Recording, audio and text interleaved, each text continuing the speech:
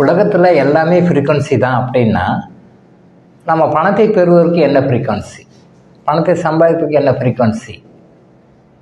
அப்போது பணத்தை சம்பாதிக்கணும்னு ஒரு ஃப்ரீக்வன்சி இருக்குது. அந்த பணத்தை சம்பாதிக்கிற ஃப்ரீக்வன்சி எல்லாருக்கும் ஒரே மாதிரி இருக்காது.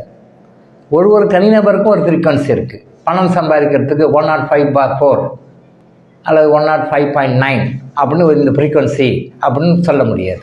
அந்த பணத்தை சம்பாதிக்கிற frequency person to person vary ஆகும், எல்லாருக்குமே வேரி ஆகும்.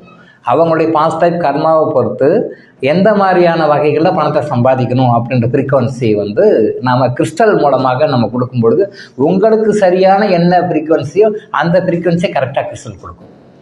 ஸோ ஃப்ரீக்வன்சி ஸ்டாண்டர்டாக எல்லாருக்கும் ஒன்றும் கிடையாது. உங்களுக்கும் தனிப்பட்ட முறையில் அந்த யூனிக் ஃப்ரீக்வன்சி இருக்கு இல்லையா, அந்த யூனிக் ஃப்ரீக்வன்சி கிறிஸ்டல் கரெக்டாக ஃபைண்ட் அவுட் பண்ணி அந்த ஃப்ரீக்வன்சியில் உங்களுடைய மணி டிமாண்டை பிரபஞ்சத்துக்கு கொடுக்கும். ஸோ அந்த ஃப்ரீக்வன்சி தான் உங்களுக்கு ஒர்க் பண்ணும்.